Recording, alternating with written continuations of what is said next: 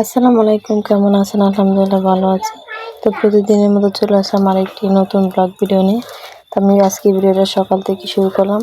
তো আজকে আমার আম্মা বলতেছে পিঠা বানাবে, আমাদেরকে মেরা পিঠা বলে, আবার গুলি পিঠা বলে। তো এই পিঠাটা শীতল পাতা দিয়ে খাইতে বেশ ভালো লাগে। তো এই যে দেখতে পাচ্ছেন মরিচ, শুকনো মরিচ হালকা একটু বেটে নিলাম, আর এই যে শীতলটা, আর এই যে হচ্ছে এখানে আপনার রসুন। তো এই ভর্তাটা ভাত দিয়ে বলেন, পিঠা দিয়ে বলেন, খাইতে অনেক স্বাদ লাগে। তো আপনারা বাড়িতে ট্রাই করবেন। তো এই যে আমার ভাই আমাকে 3টা কাজু বাদাম দিল। এই বাদামটা খাইতে অনেক মজা, আর একটা কিশমিশ। এদিকে দেখতেই পাচ্ছেন কালকে জ্বরে আমাদের রান্নাঘরটা একদম ভেঙে গেল। তো কিছুর কারণে আছে খোলা আকাশের নিচে আমার আম্মা রান্না করতেছে। তো ফাইনালি আমার ভর্তাটা বানানো কমপ্লিট। তো এদিকে আপনাদের আদিকালের যুগের একটা পিঠা দেখাই। ওই যে এটা আমার আম্মা বানাইছে, এটা হচ্ছে কুট দিয়া চাল করার পরে যে ছোট ছোট কুদিয়াগুলো থাকে, চালগুলো, এটাকে আমরা কুট বলি। তো এটা দিয়া কলা পাতা দিয়া শুধু খালি লবণ, শুকনো মরিচ আর হচ্ছে পেঁয়াজ দিয়া বানানো হয়েছে। এই যে দেখেন আমার আম্মা বানাইতেছে।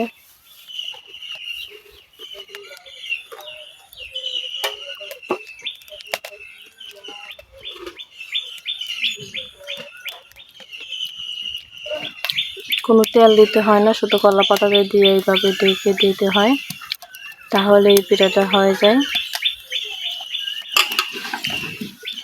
তো এটা খাইতেও ভীষণ মজা, অনেক সুন্দর সিদ্ধ হয়েছে।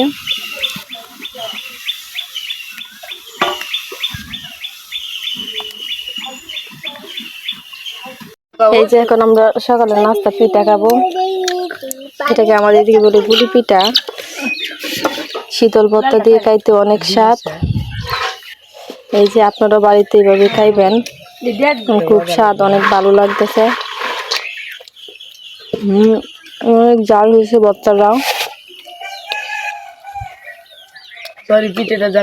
এই যে এখন আমরা গাছের একটা কাডল, এটা পাকছে।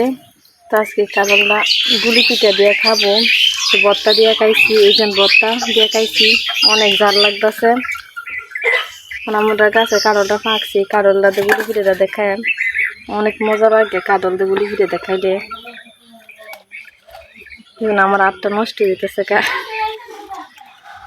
তো কি করবাম, গুলি পিঠা দিয়ে যখন বানাই ফেলাইছি, কাডলটা যেহেতু পাকিয়ে গেছে গা, কাডলটা দিয়ে খাই।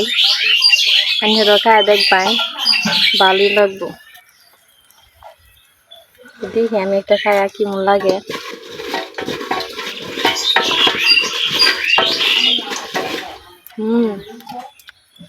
অনেক মজা লাগতেছে। নাস্তা তো খাইলাম, তো ঘর তো পরিষ্কার করছি না, এখন ঘরটা গুছাই আমি পরিষ্কার করাম। আর এই যে আমি বিছানাটা আগে গুছাই নিয়েছিলাম, কিন্তু ঘর এখন পর্যন্ত পুরো হয় নাই।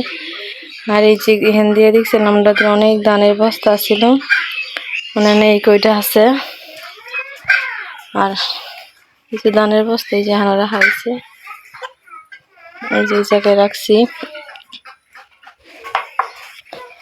আর এখান থেকে কুড়াটা পরিষ্কার করছি, তবে এই কুড়াতে কেউ তাহে না, আমার বায়ানো বইয়ে লেখাপড়া করে। সকালে কাম কাজ শেষ করে আমি এখন আয়া পড়ছি কাপড় কাটতে।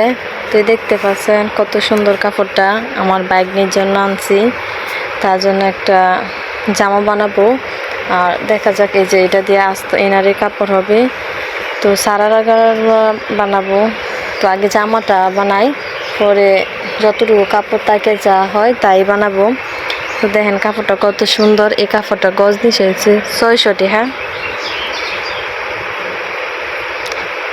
জামার উপরে কাপড়টা কাটলাম, এখানে যে দেখতেছেন এই কাপড়টা নিয়ে বসলাম, এটা ইনারের কাপড় হবে।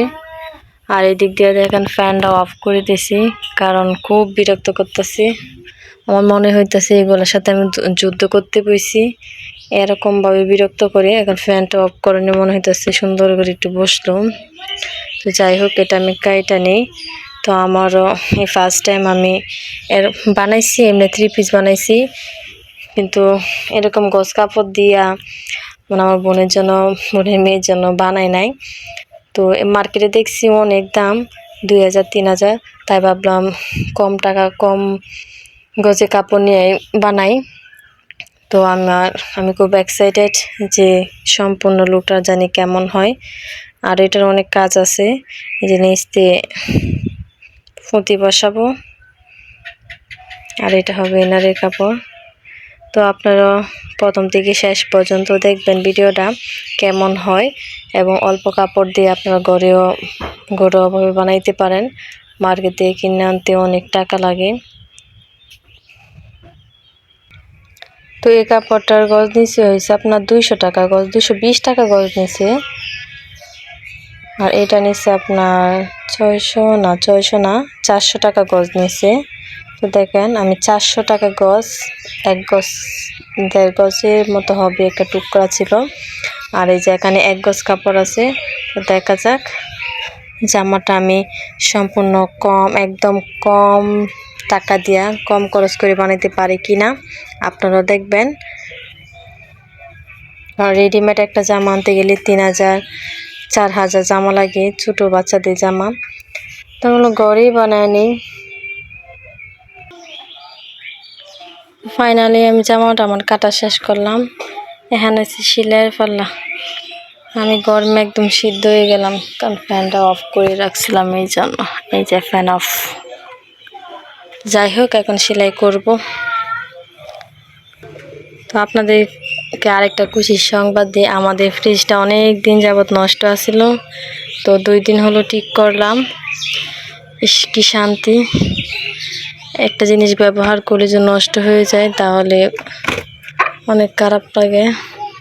তো এই যে আইসক্রিম বানায় রাখছি আমার ভাই, অনেক গরম লাগতেছে। কালকে কৃষি গেছিলাম, তো ওখান থেকে লিচু আনছি, লিচুগুলো ফ্রিজে রাখছি। আর ফ্রিজে রাখার পরে দেখি লিচুটা কেমন হয়, ঠান্ডা, গরমের মেঝে ঠান্ডা লাগবে।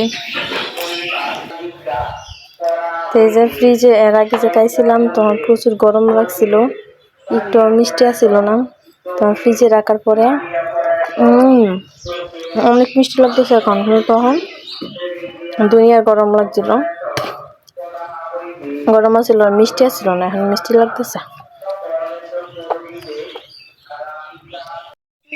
আমি সেলাইয়ের মেশিনটা বাইরে নিয়ে আইছি, কারণ ঘরের ভিতরে আমার বড় বোন ঘরটা আজকে লেপতাছে, আর ঘরের ভিতরে প্রচুর গরম, এই জন্য বাইরে নিয়ে আসলাম।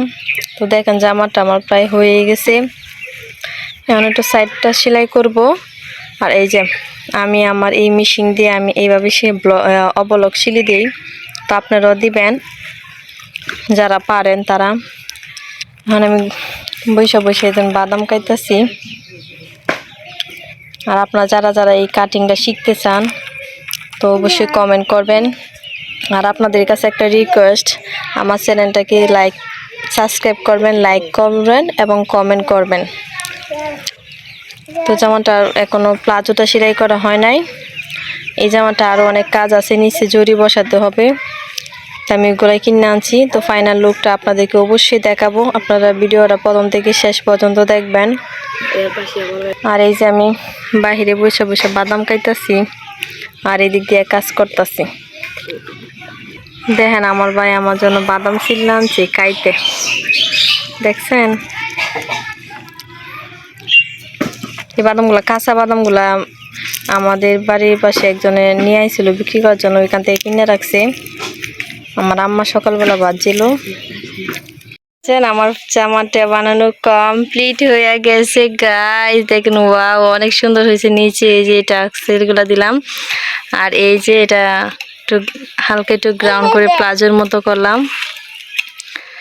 আবার এই যে উপরে যে কাপড়টা ছিল ওইটা দিয়ে আমি একটু ডিজাইন দিলাম, লেস লাগিয়ে দিলাম।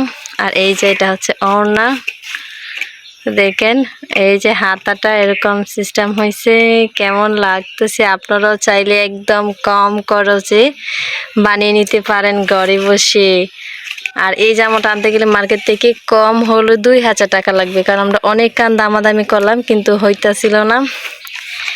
পরে কইলাম যে আচ্ছা কাপড়টা কিনাই নিয়ে যাই। এই যে এটা, আর এটা হচ্ছে পিছন সাইড। তো ভীষণ খুশি হয়েছে জামাটা পরে। তোমাকে চুলকাই নাই। জামা সেলাই করছিলাম, আজকে সকালে কাজ টাজ করলাম, করে জামা সেলাই করলাম। করার পরে পিঠা খাইছি, কিন্তু তখন খুব খিদা লাগছে, তখন খাইতে বসলাম। এটা হচ্ছে শুটকি ভর্তা, ভেন্ডি ভাজি, মাছ দিয়ে মুখি রান্না করা হয়েছে।